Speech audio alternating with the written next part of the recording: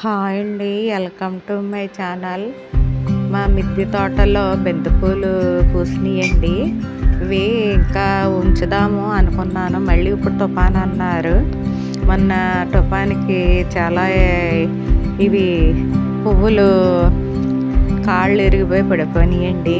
ఇవి మళ్ళీ తుఫాన్ అంటున్నారని ఇంకా కోసేసానండి పువ్వులు. ఇప్పుడు ఇవి చాలా బాగా పూసినాయండి బంతి పువ్వు చాలా అందంగా ఉంటుంది. చెట్టునేమన్నా కోసినా కూడా చాలా బాగుంటుంది.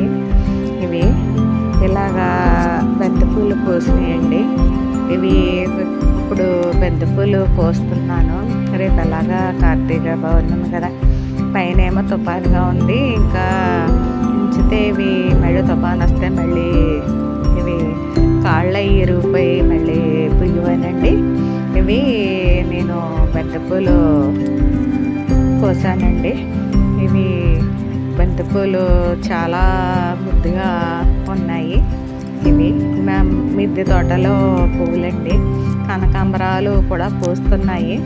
ఈసారి కనకాంబరాలు పూసినప్పుడు వీడియో తీస్తానండి. ఇవి బంతిపూలు ఇవ్వండి.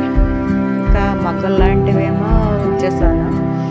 ఇవి తుఫాను అంటున్నారు కదా, మేఘాలతో ఎలా ఉందండి వాతావరణం. మన తుఫాను చిక్కుడుబాదు చాలా అదే పడిపోయింది.